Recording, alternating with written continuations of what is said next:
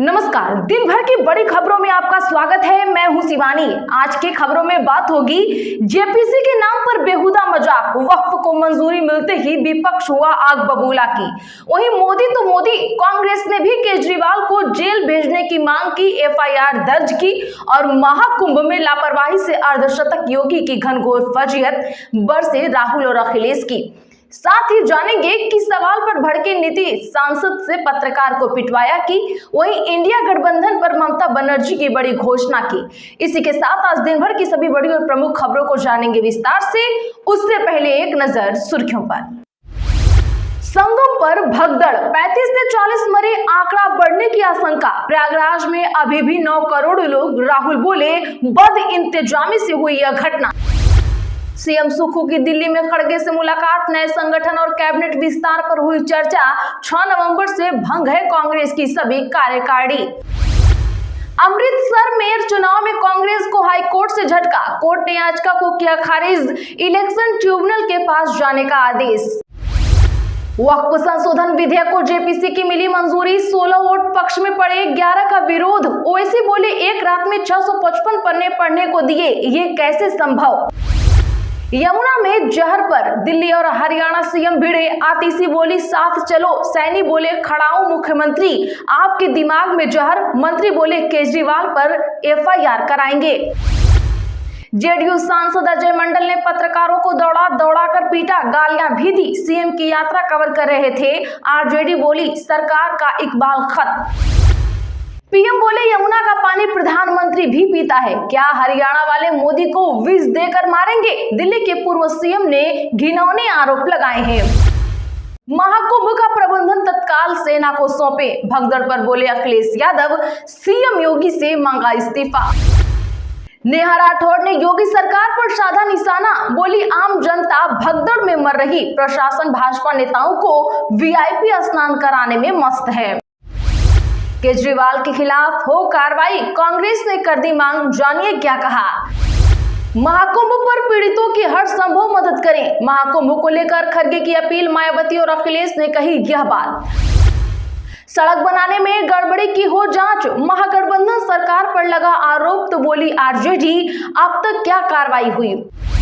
सैफ कांड केस में आरोपी शरीफुल 14 दिन की जुडिशियल कस्टडी में, मुंबई पुलिस बोली थी सही आरोपी गिरफ्त में, हमारे पास कई पुख्ता सबूत। थोड़ा इंतजार करिए, नीतीश के बेटे निशांत की जेडीयू में एंट्री की अटकलों पर बोले मंत्री श्रवण कुमार। इंडिया गठबंधन की हार के लिए कांग्रेस जिम्मेदार, ममता बनर्जी ने बताया कैसे जीती भाजपा। मुस्लिम महिलाओं ने कितने केस दर्ज कराए, 3 तलाक पर सीजेआई खन्ना ने केंद्र सरकार से मांगा हिसाब किताब। कांग्रेस या आप के लिए प्रचार नहीं करेंगे उद्धव ठाकरे, जाने क्यों पीछे हटी शिवसेना यूबीटी। मराठा आरक्षण कार्यकर्ता जोरांगे की भूख हड़ताल 5 दिन से जारी, बिगड़ी तबीयत, इलाज लेने से कर रहे इनकार।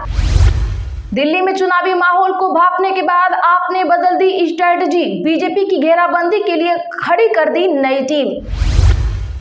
किसान आंदोलन पर सुप्रीम कोर्ट में आज हुई सुनवाई, डलेवाल के अनशन का आज 65वां दिन रहा, सेहत में सुधार, 11 और 13 फरवरी तक होंगी 3 महापंचायतें।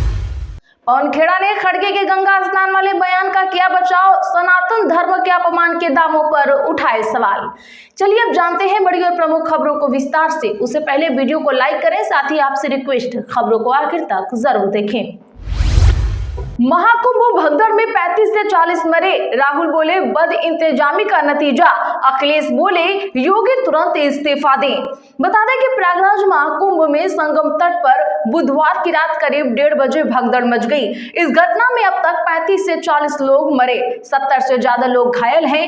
मरने वालों की संख्या अभी भी बढ़ सकती है, ऐसी आशंका जाहिर की जा रही है। बता दें कि प्रधानमंत्री मोदी ने कहा, मैं उत्तर प्रदेश सरकार के साथ निरंतर संपर्क में हूँ, करोड़ों श्रद्धालु आज वहां पहुंचे हैं। कुछ समय के लिए स्नान की प्रक्रिया में रुकावट आई थी, लेकिन अब कई घंटों से सुचारू रूप से लोग स्नान कर रहे हैं।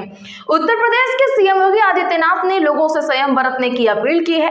उन्होंने कहा श्रद्धालु संगम पर ही स्नान करने की न सोचें, गंगा हर जगह पवित्र है तो वे जहां हैं उसी तट पर स्नान करें। अब कांग्रेस सांसद राहुल गांधी ने आरोप लगाया है कि वीआईपी कल्चर और सरकार की बद इंतजामी के कारण ऐसी भगदड़ मची। सपा प्रमुख अखिलेश यादव ने कहा को सेना को सौंप देना चाहिए। व्यवस्थाओं पर उंगली उठा रहे समाजवादी पार्टी के अध्यक्ष अखिलेश यादव ने संगम पर कहा कि महाकुंभ मेला का प्रबंधन सेना को सौंपना चाहिए। इसके साथ ही अखिलेश यादव ने मुख्यमंत्री योगी आदित्यनाथ का इस्तीफा भी मांग लिया है। योगी का बिना नाम लिए कहा कि दावों की सच्चाई अब सभी के सामने आ गई है। जो लोग झूठा दावा कर रहे थे उन्हें नैतिक जिम्मेदारी लेते हुए अपना पद त्याग देना चाहिए। क्या आप भी इनकी बात से सहमत हैं? कमेंट में हां या ना जरूर लिखिए।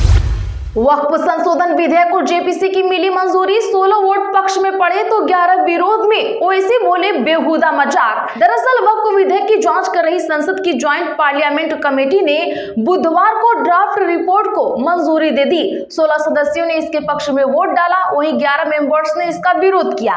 जेपीसी अध्यक्ष जगदम्बिका पाल ने कहा, अब यह रिपोर्ट गुरुवार को लोकसभा स्पीकर ओम बिरला के सामने पेश की जाएगी, उसके आगे की कार्यवाही वही करेंगे। कमेटी में शामिल विपक्षी सांसदों ने इस बिल पर आपत्ति जताई। एआईएमआईएम चीफ असदुद्दीन ओवैसी ने कहा, हमें कल रात 655 पन्नों की ड्राफ्ट रिपोर्ट मिली।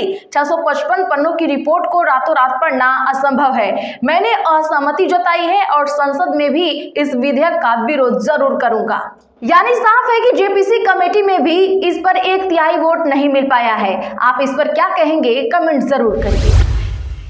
यमुना में जहर पर दिल्ली और हरियाणा सीएम आपस में भिड़े। आतिशी बोली साथ चलो, सैनी बोले खड़ा हूं मुख्यमंत्री आपके दिमाग में जहर। दरअसल यमुना के पानी में विष मिलने को लेकर हरियाणा सीएम नायब सैनी और दिल्ली सीएम आतिशी आमने सामने आ गए हैं। सीएम आतिशी ने आज सोशल मीडिया पर नायब सिंह सैनी के पल्ला घाट जाने को लेकर तंज कसा, तो सीएम सैनी ने भी पलटवार करने में टाइम नहीं लगाया। उन्होंने आतिशी को खड़ा हूं मुख्यमंत्री बताते हुए कहा कि यमुना के पानी में जहर नहीं है, लेकिन आप लोगों के दिमाग में जहर जरूर भरा हुआ है। वहीं हरियाणा के मंत्री विपुल गोयल ने कहा कि सरकार आपके सुप्रीमो पूर्व सीएम अरविंद केजरीवाल के खिलाफ एफआईआर दर्ज कराएगी। इस मामले में सरकार सोनीपत में चीफ जुडिशियल मजिस्ट्रेट की कोर्ट में डिजास्टर मैनेजमेंट की धारा 2D 154 के तहत शिकायत दर्ज कराएगी। केजरीवाल ने हरियाणा और दिल्ली के लोगों में पैनिक फैलाने का काम किया है। कुछ दिन पहले अरविंद केजरीवाल ने कहा था कि हरियाणा से आ रही यमुना में बीजेपी सरकार ने जहर मिलाया है। जेडीयू सांसद अजय मंडल ने पत्रकारों को दौड़ा दौड़ा कर पीटा, गालियां भी दी, पुलिस तमाशा देखती रही। बता दें कि बिहार भागलपुर में आज जेडीयू सांसद अजय मंडल ने पत्रकारों को दौड़ा दौड़ा कर पीटा। इस दौरान सांसद ने गालियां भी दी। पत्रकार सीएम के दौरे को कवर करने के लिए खड़े थे।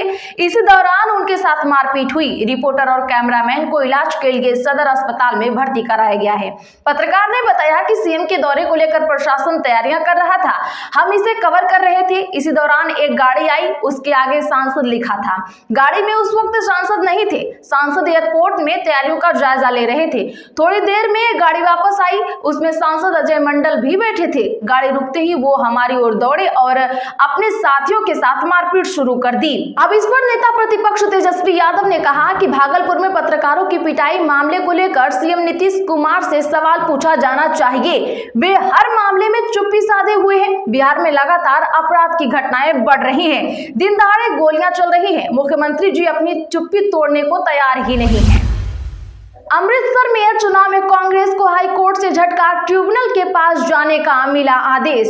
जी हां, अमृतसर मेयर चुनाव मामले को लेकर कांग्रेस पार्टी की तरफ से पंजाब एंड हरियाणा हाईकोर्ट में चुनौती दी गई। इस मामले की सुनवाई करते हुए कोर्ट ने याचिका को खारिज कर दिया है। साथ ही कहा कि याचिका सुनवाई के योग्य ही नहीं है। अदालत ने उन्हें इलेक्शन ट्रिब्यूनल के पास जाने की सलाह दी है। जबकि अदालत का फैसला आने के बाद आम आदमी पार्टी के प्रवक्ता नील गर्ग ने कहा कि हाईकोर्ट ने दूध का दूध पानी का पानी कर दिया है। चुनाव बिल्कुल सही हुए हैं। पंचायत चुनाव के समय में भी ऐसा नहीं हुआ है। दरअसल अमृतसर नगर निगम चुनाव में कांग्रेस सबसे बड़ा दल बना था। पार्टी इस चीज को लेकर काफी उत्साहित थी, लेकिन करीब 1 महीने बाद स्थिति बिल्कुल बदल गई थी। चुनाव नतीजों के समय कांग्रेस सबसे बड़ी पार्टी बनी थी, लेकिन कांग्रेस मेयर नहीं बना पाई। चुनाव के समय काफी बवाल हुआ। कांग्रेस ने आम आदमी पार्टी पर धक्केशाही का आरोप लगाया। इंडिया गठबंधन की हार के लिए कांग्रेस जिम्मेदार, ममता बनर्जी ने बताया कैसे जीती भाजपा। दरअसल पश्चिम बंगाल की मुख्यमंत्री ममता बनर्जी ने अपनी नई किताब में कांग्रेस की कड़ी आलोचना करते हुए बीजेपी के केंद्र में तीसरी बार सत्ता में लौटने के लिए जिम्मेदार ठहराया है। उनका कहना है कि कांग्रेस की ही गलतियों के कारण विपक्षी इंडिया गठबंधन चुनाव में सफलता हासिल करने में असफल रहा और बीजेपी को बिना बहुमत के सत्ता में वापसी करने का मौका मिला। ममता बनर्जी की 3 नई किताबें आज कोलकाता अंतरराष्ट्रीय पुस्तक मेले में लॉन्च की गई। इन किताबों में से एक का नाम बांग्लार निर्वाचन ओ आमरा है। इनमें से उन्होंने 2024 के आम चुनावों के परिणामों पर अपने विचार लिखे हैं।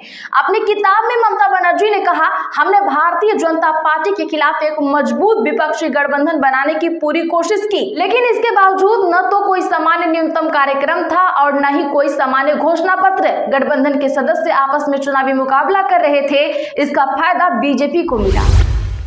थोड़ा इंतजार कीजिए, नीतीश के बेटे निशांत की जेडीयू में एंट्री की अटकलों पर बोले मंत्री श्रवण कुमार।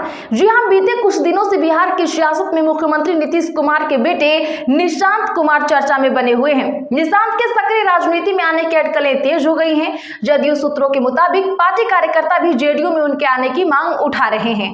इस बीच नीतीश सरकार के मंत्री श्रवण कुमार ने इस मामले पर बड़ा बयान दिया है। उन्होंने कहा कि जब समय आएगा तो सब सामने आ जाएगा, थोड़ा इंतजार कीजिए, जो भी फैसला लेंगे मुख्यमंत्री नीतीश कुमार जी लेंगे।